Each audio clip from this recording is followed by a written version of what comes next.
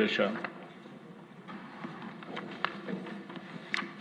ఆంధ్రప్రదేశ్ రాష్ట్ర సమగ్ర అభివృద్ధి కోసం అమరావతిని రాష్ట్ర రాజధానిగా గుర్తిస్తూ స్పష్టమైన స్థిరమైన నిర్ణయంతో ముందుకు సాగడం అత్యవసరమని అభిప్రాయపడుతున్నాం.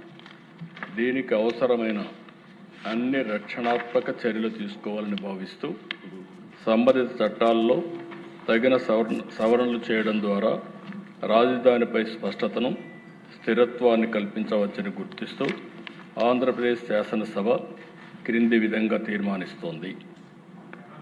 Hereby resolved to request the Government of India to amend the Section 5 of the Andhra Pradesh Reorganization Act 2014 as under A.